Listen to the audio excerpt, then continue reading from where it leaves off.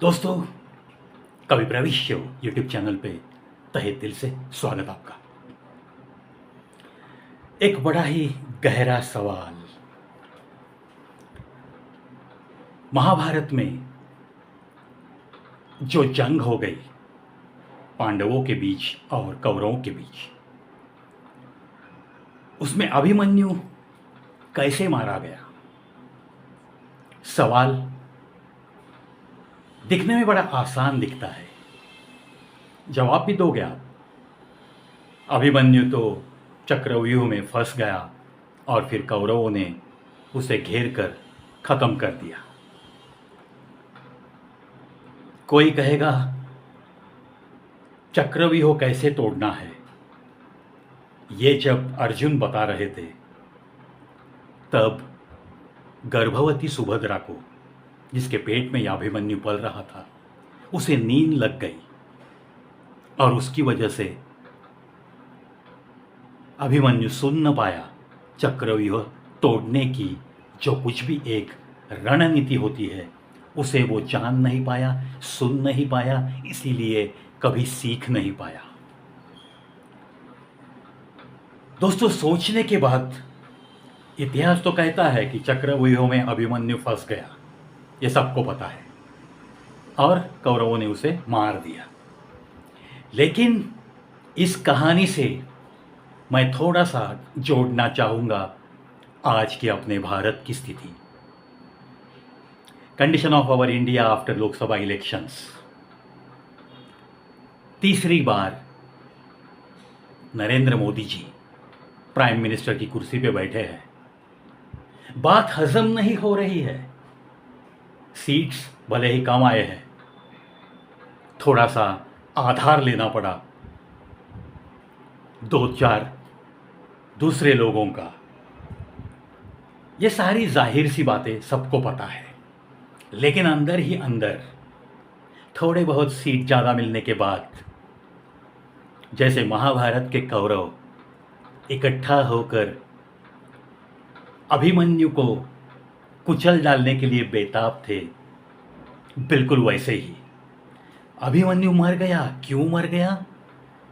अर्जुन को एक अच्छी रणनीति के तहत जहां पर अभिमन्यु को घेरा गया था, उस चक्रव्यूह से बड़े दूर फासले तक अर्जुन को ले जाया गया।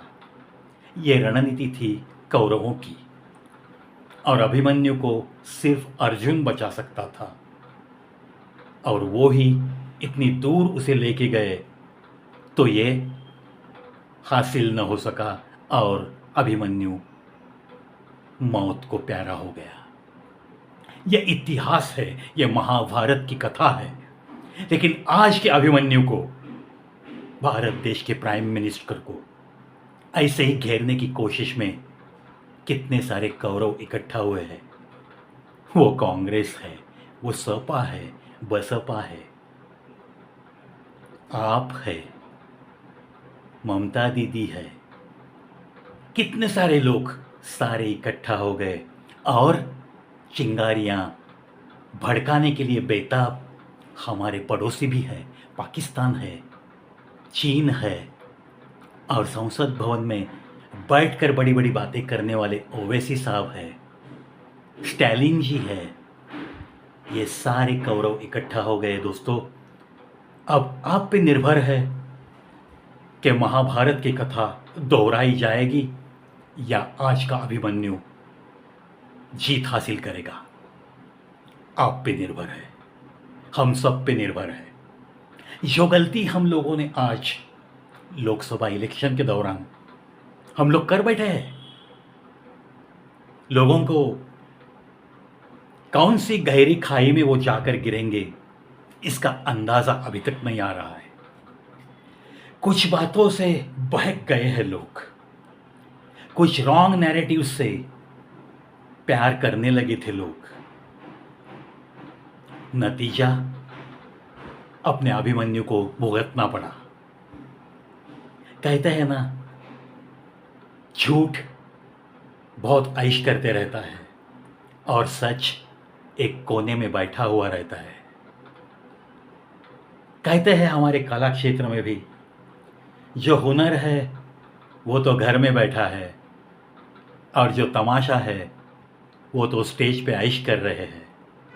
बिल्कुल ये नज़ारे, दोनों नज़ारे मैंने देखे हैं। कला क्षेत्र में भी बस देखते रहता हूँ मैं, कुछ ऐसे ही नज़ारे मुझे दिखते हैं। चलो, होती है बातें, लेकिन ऐसी बातों से हमें कुछ न कुछ सीखना पड़ेगा।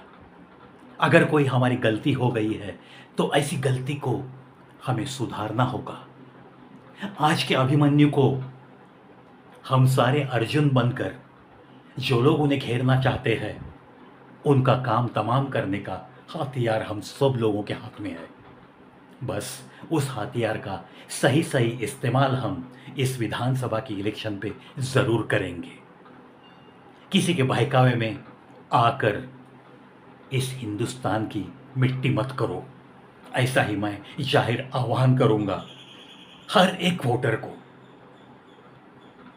जो कुछ भी होने वाला है, जो कुछ भी हो सकता है, जो कुछ भी बुरे इरादे इन लोगों के दिख रहे हैं, इन इरादों में उन्हें कामयाब होने नहीं देना, ये आपके और हमारे हाथ में है। चलो, इसीलिए थोड़ा सा एक दूसरे को हम संभाल लेते हैं, एक दूसरे में थोड़ा सा सुधार लाने की कोशिश करते हैं। ये देश हमारा है। ये एहसास हर एक दिल में जगाने की कोशिश करते हैं। इस देश को अपना न मानते हुए किन लोगों को सत्ता की लालसा है, ये भी एहसास करा के देने की नौबत आ गई है। जो लोग तहे दिल से मर रहे हैं, तहे दिल से इस देश को बचाने के लिए तरस रहे हैं, 16-18 घंटे बड़ी ही प्रामाणिकता से काम कर रहे हैं, जिनके घर वाले आज भी साइकिल रिपेयर करते हुए, सब्जियां बेचते हुए, जिनके घर के लोग गुजारा कर रहे हैं, ये लोग कुर्सी में रहने के बावजूद भी इनके घर का कोई भी आदमी इन 13-14 सालों में अमीर नहीं हुआ। यूपी के सीएम मर मर के काम कर रहे हैं और उनकी बहना सब्जी बेचती है। उनके कोई भी भाई बहन, ना ही भाई के बेटे वगैरह किसी भी पद पे नहीं है। तो ये खासियत, इसको सलाम करना पड़ेगा ना, इसको करोड़ों प्रणाम करता हूं मैं। ऐसी प्रामाणिकता को और तहे दिल से सैल्यूट करते हुए उनके ही साथ रहूंगा, यही वचन देता हूं। और इसी वचन को निभाने के लिए करोड़ों जनता को मैं आह्वान करता हूं कि थोड़ा सा दिमाग चलाओ और देश बचाओ। जय हिंद, जय भारत।